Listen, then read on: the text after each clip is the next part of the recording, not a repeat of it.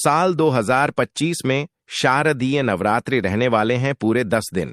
जी हां दोस्तों, आज की वीडियो में मैं आप सभी को बताने जा रहा हूं कि साल 2025 में नवरात्रि कब से प्रारंभ होगी और किस दिन इसका समापन होगा। महाअष्टमी किस दिन होगी और महानवमी किस दिन होगी, दशहरा किस दिन मनाया जाएगा, और क्योंकि इस साल 2025 का जो अंतिम सूर्य ग्रहण है वह 21 सितंबर को लगेगा, तो अगले दिन यानी कि 22 सितंबर को जब शारदीय नवरात्रि का प्रथम दिन होगा तो हम किस प्रकार से पूजा पाठ कर पाएंगे, क्या इसके नियम होने वाले हैं, संपूर्ण जानकारी आप सभी को इस वीडियो में शेयर करने जा रहा हूं। लेकिन सबसे पहले मां दुर्गा के इस वीडियो को लाइक करके कमेंट सेक्शन में जय मां दुर्गा जरूर ही लिख दीजिए। तो देखिए, प्रथम शैलपुत्री, द्वितीय ब्रह्मचारिणी, तृतीय चंद्रघंटा, चतुर्थ कुष्मांडा, पंचम स्कंद माता और छठी कात्यायनी, सप्तम काल, रात्रि अष्टम महागौरी, नवम सिद्धदात्री च नवरात्रि में मां दुर्गा के इन 9 स्वरूपों की आराधना की जाती है। हमारे धर्मशास्त्रों में लिखा गया है कि अश्विन मास की शुक्ल पक्ष की प्रतिपदा तिथि पर मां जगदम्बा भगवती इस पृथ्वी लोक पर आती हैं और पूरे 9 दिनों तक यानी कि अश्विन मास की शुक्ल पक्ष की नवमी तिथि तक मां दुर्गा हम सभी के बीच इस पृथ्वी लोक पर ही निवास करती हैं और नवमी तिथि के बाद में वे अपने लोक को प्रस्थान करती हैं। तो इन 9 दिनों में मां दुर्गा अपने भक्तों के घरों में विराजमान होती हैं और विधि विधान से भक्त उनकी आराधना करते हैं, पूजा करते हैं, अपने मन की कामना कहते हैं और मां दुर्गा उनकी सभी मनोकामनाओं को पूर्ण करती हैं। हमारे धर्मशास्त्र के अनुसार वर्ष भर में 4 नवरात्रि होती हैं, 2 प्रकट नवरात्रि और 2 गुप्त नवरात्रि। माघ मास की और आषाढ़ मास की नवरात्रि गुप्त नवरात्रि कहलाती है और अश्विन मास की और चैत्र मास की नवरात्रि प्रकट नवरात्रि कहलाती है। आज की इस वीडियो में मैं आप सभी को साल 2025 में अश्विन मास की शारदीय नवरात्रि कब प्रारंभ हो रही है, कब समाप्त होगी, यह तो बताऊंगा ही साथ यह भी बताऊंगा कि इस साल मां दुर्गा किस वाहन पर सवार होकर हम सभी के बीच में आ रही है, किस दिन कलश स्थापना की जाएगी और किस दिन नवरात्रि का समापन किया जाएगा, और नवरात्रि में किस दिन मां दुर्गा के कौन से स्वरूप की आराधना हमें करनी चाहिए। नवरात्रि में अष्टमी और नवमी तिथि बहुत ही महत्वपूर्ण है। इस दिन के कुछ खास नियम और खास उपाय भी बताऊंगा जिनसे कि आप अपने निजी जीवन से जुड़ी हर समस्या का समाधान मां दुर्गा से करवा सकते हैं। दुर्गा विसर्जन कब है और इसके अलावा कन्या पूजन और व्रत के पारण का शुभ मुहूर्त क्या होगा, तो सबसे पहले हम इसकी तिथि यानी कि तारीख जान लेते हैं। अश्विन मास के शुक्ल पक्ष की प्रतिपदा तिथि पर नवरात्रि का प्रारंभ होता है।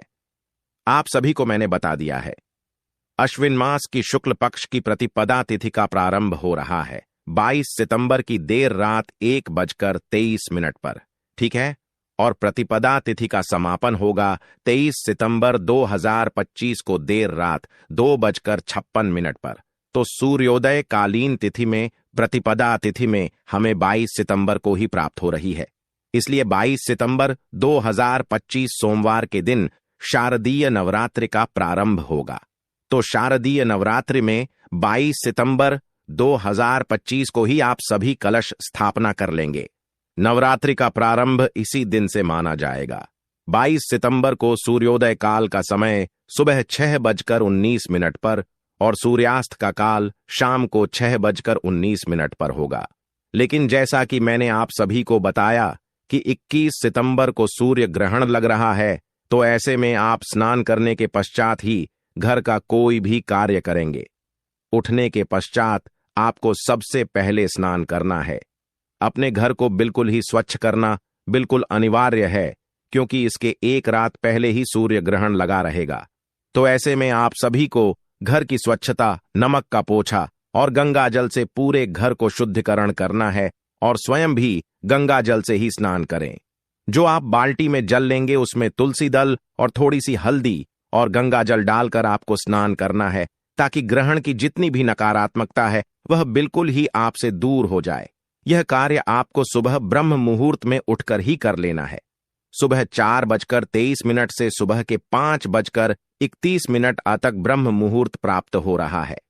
और इस दिन का अभिजीत मुहूर्त की अगर बात करूं तो यह सुबह में 11:49 से लेकर दोपहर 12:38 तक रहेगा। अभिजीत मुहूर्त में आप कोई भी शुभ कार्य कर सकते हैं, लेकिन राहु काल में कोई भी शुभ कार्य नहीं करना चाहिए। तो 22 अगस्त को राहु काल का जो समय रहेगा वह सुबह 7:49 से सुबह 9:19 तक राहु काल में कोई भी शुभ कार्य नहीं करना है। अगर आप कोई नया वाहन खरीदने वाले हैं या कोई नई चीज लेने वाले हैं तो इस दौरान यानी कि राहु काल के दौरान ऐसा कोई भी कार्य आप ना करें। यह मेरा आपसे निवेदन है। लेकिन अगर आप पहले से कर रहे हैं कोई कार्य तो आप फिर बिल्कुल ही कर सकते हैं, कोई दिक्कत वाली बात नहीं है। नवरात्रि में माता के वाहन का बहुत ही महत्व होता है कि किस वाहन पर इस साल मां दुर्गा सवार होकर आ रही हैं। इस बात से देश और दुनिया पर बहुत सारी बातों और बहुत सारी व्यवस्थाओं पर इसका अंदाजा लगाया जाता है कि आने वाला जो वर्ष है वो हमारे लिए कैसा रहेगा। श्रीमद् भागवत पुराण के अनुसार मां दुर्गा का आगमन और प्रस्थान किस वाहन के साथ करेंगे, इसका निर्धारण सप्ताह के दिन के हिसाब से किया जाता है। और इस बार नवरात्रि जो है सोमवार के दिन से प्रारंभ हो रही है 22 सितंबर से। तो इस श्लोक के अनुसार मां दुर्गा इस बार गज यानी कि हाथी पर आरूढ़ होकर यानी कि विराजमान होकर आ रही हैं। अगर नवरात्रि शनिवार को या फिर मंगलवार को पड़े तो माता घोड़े पर सवार होकर आना मानी जाती है। और अगर नवरात्रि का प्रारंभ गुरुवार या शुक्रवार से हो तो ऐसे में माता पालकी या डोली पर सवार होकर आती हैं। साथ ही में यदि बुधवार के दिन से नवरात्रि प्रारंभ हो तो मां दुर्गा नौका अर्थात कश्ती पर विराजमान होकर आती हैं। और सोमवार को अगर नवरात्रि प्रारंभ हो तो मां का आगमन हाथी पर ही होगा। और हाथी की सवारी का मतलब क्या होता है, तो देखिए, नवरात्रि में मां दुर्गा गज अर्थात हाथी पर सवार होकर जब आती है तो यह बहुत ही शुभ माना जाता है। इस वाहन में सवार होकर आने से वर्षा प्रचुर मात्रा में होती है। इसके साथ साथ ही खुशियों की दस्तक होती है, सुख समृद्धि बढ़ती है। इसका मतलब यह है कि पूरा साल सुख समृद्धि सौभाग्य लेकर मां दुर्गा इस बार पृथ्वी लोक पर आने वाली है। इसके साथ ही वर्षा होने के कारण अनाज इत्यादि ठीक मात्रा में होता है।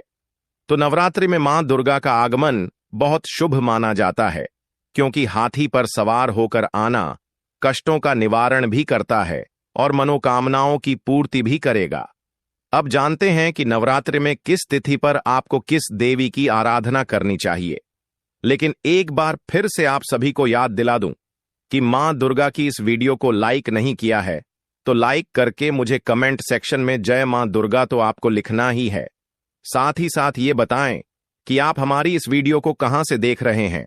और अगर आप नवरात्रि के दौरान अपना राशिफल कुंडली के अनुसार जानना चाहते हैं तो कमेंट सेक्शन में ही आप मुझे अपना नाम, डेट ऑफ बर्थ और स्थान लिख दीजिए और राशि लिख दीजिए। राशि अनुसार जो उपाय बनता पड़ेगा इस नवरात्रि के दौरान वो मैं आपको कमेंट सेक्शन के माध्यम से ही बता दूंगा। साथ ही साथ अगर चैनल पर पहली बार आए हैं, मेरी आवाज को पहली बार सुन रहे हैं तो वीडियो को लाइक करने के साथ साथ ही चैनल वास्तुशास्त्र ज्ञान को सब्सक्राइब कर दीजिएगा और पास वाला बेल आइकॉन जरूर प्रेस कीजिएगा, क्योंकि इस वास्तुशास्त्र ज्ञान चैनल पर आपको निजी जीवन से जुड़ी हर समस्या का समाधान और व्रत पर्व से जुड़ी हुई संपूर्ण जानकारी बिल्कुल ही निशुल्क और हर रोज मिलती चली जाएगी। तो देखिए, शारदीय नवरात्रि 22 सितंबर से प्रारंभ हो रही है। प्रतिपदा तिथि मां शैलपुत्री की पूजा करेंगे, ठीक है, और इसी दिन कलश की स्थापना भी की जाएगी।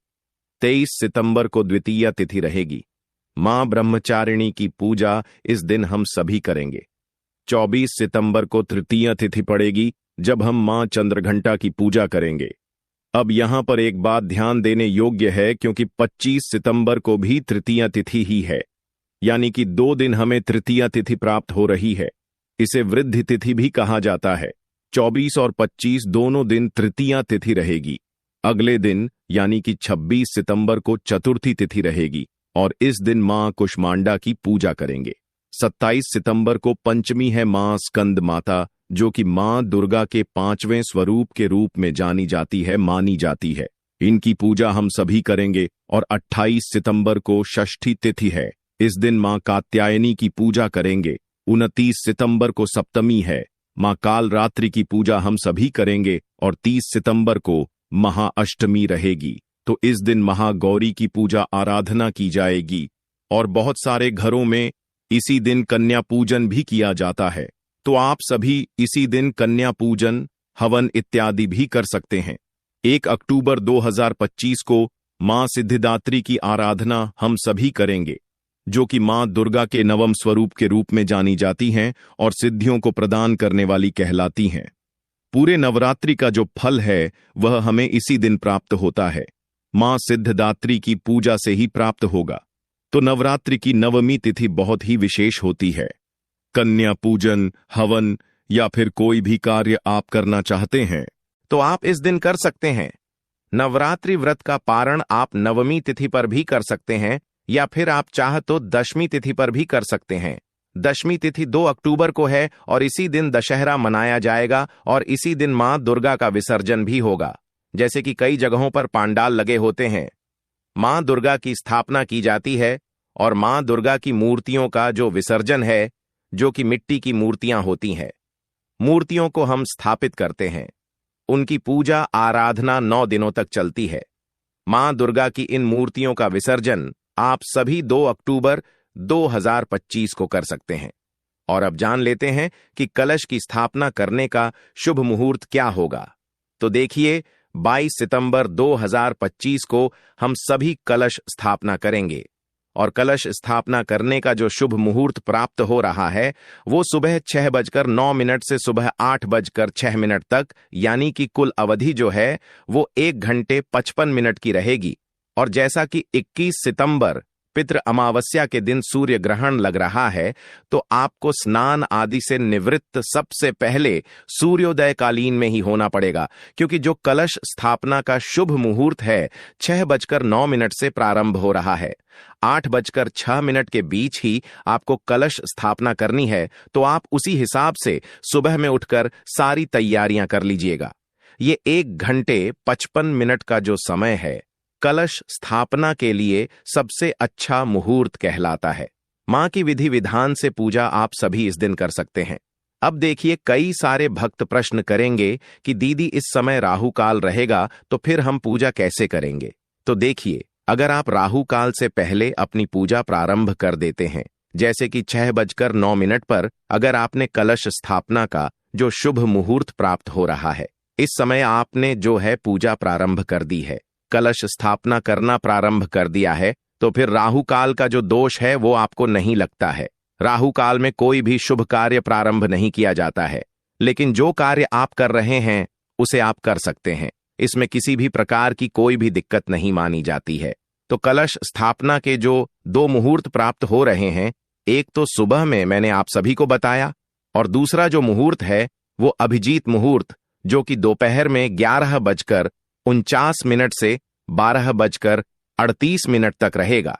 तो अगर आप ब्रह्म मुहूर्त में उठकर कलश की स्थापना ना कर सके तो आप इस समय भी कलश की स्थापना कर सकते हैं, पूजा कर सकते हैं। ठीक है, पूरी नवरात्रि में किस मंत्र का हमें जाप करना चाहिए, किस विधि विधान से मां की आराधना हमें करनी चाहिए, और अगर कोई विशेष मनोकामना है तो कौन सा उपाय हम करें, यह संपूर्ण जानकारी आने वाली अगली वीडियो में मैं आप सभी के साथ शेयर करूंगा।